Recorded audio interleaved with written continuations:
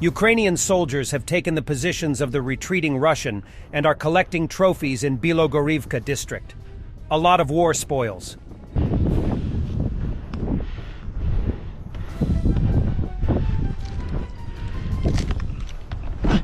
Я в яме.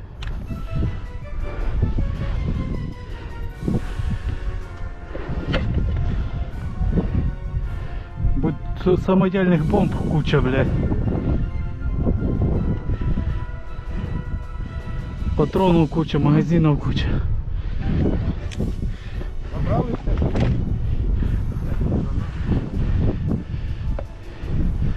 Он штык-нож. Да? Ну ладно, то потом. Автомат забираю. Поёбаный. Я понял. А ви, коротше, всіх перерили, да?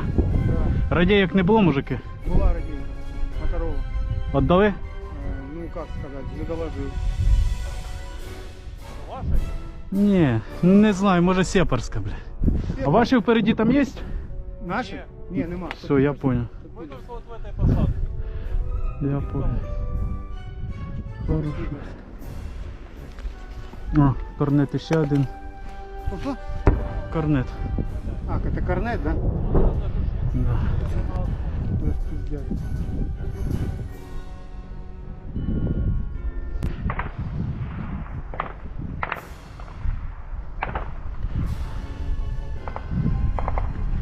There was a powerful explosion near Moscow, after which a huge fire broke out in the warehouse.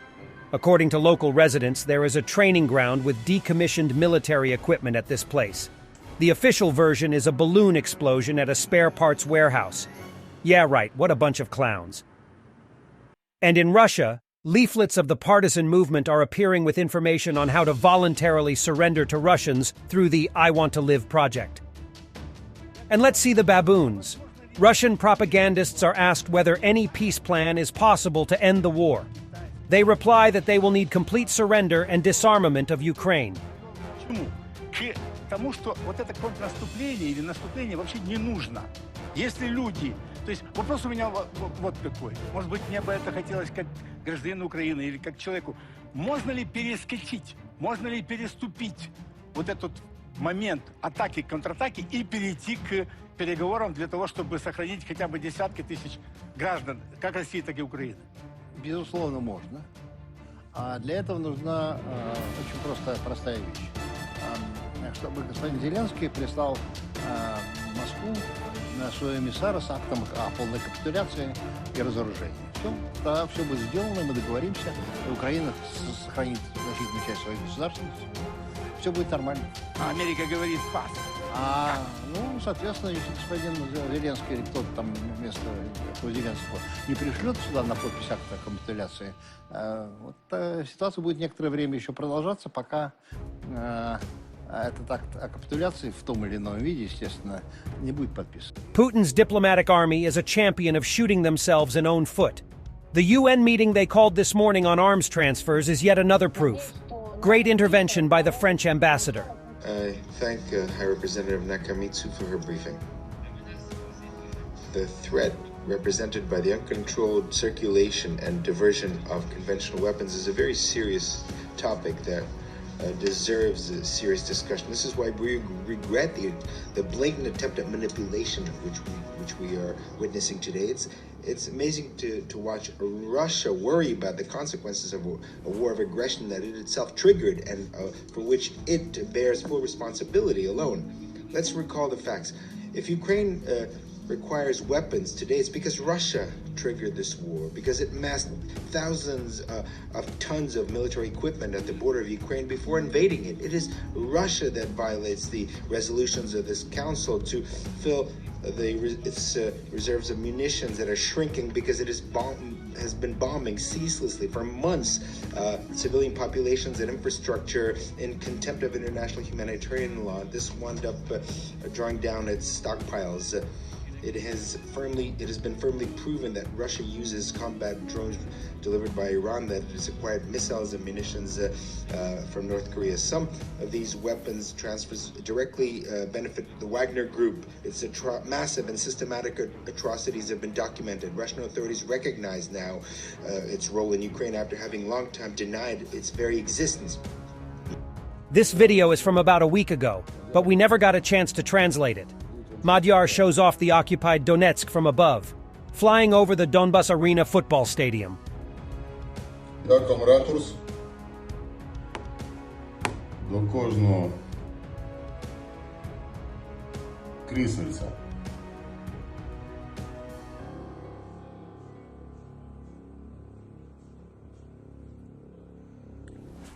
Скучили?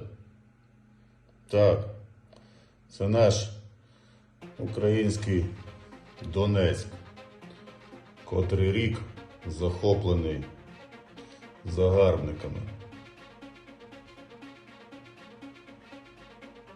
Але загарбник мусить пам'ятати, що ми дуже близько.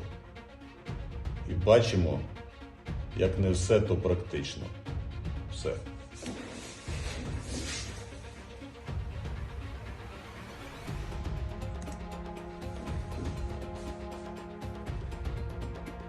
До дрібничок. Так що, хробачня, будьте готові. Ніхто з вас не розуміє, коли і куди.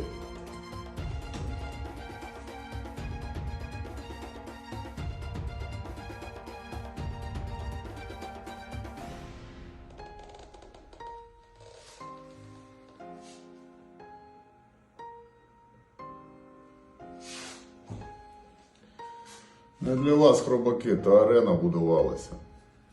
Та й місто в цілому.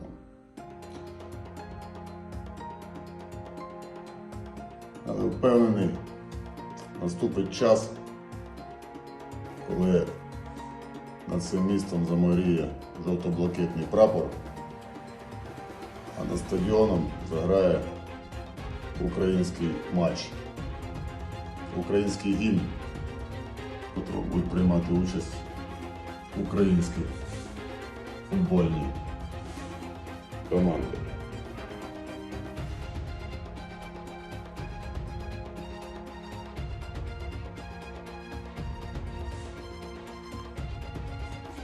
Таким ми бачимо Донецьк щоденно.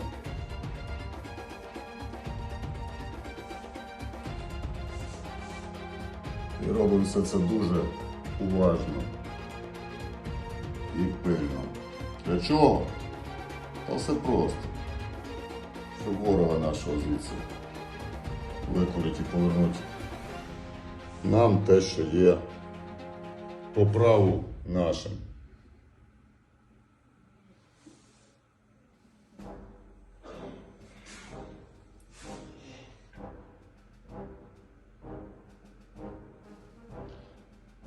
Такий вам коротенький екскурс від птахів Мадяра.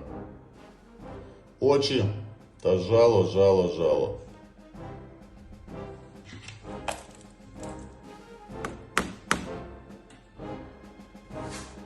Пробачня, цілодобово тримайте бошки очима доверху. Не знаєш, коли саме в тебе. Кожну вашу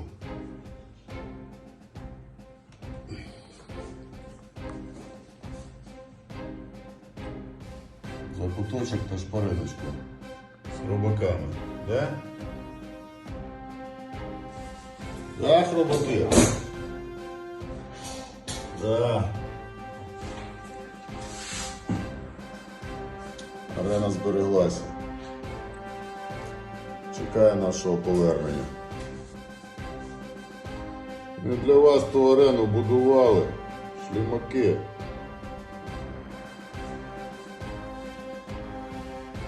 Донець, чекай нас. Ми поряд.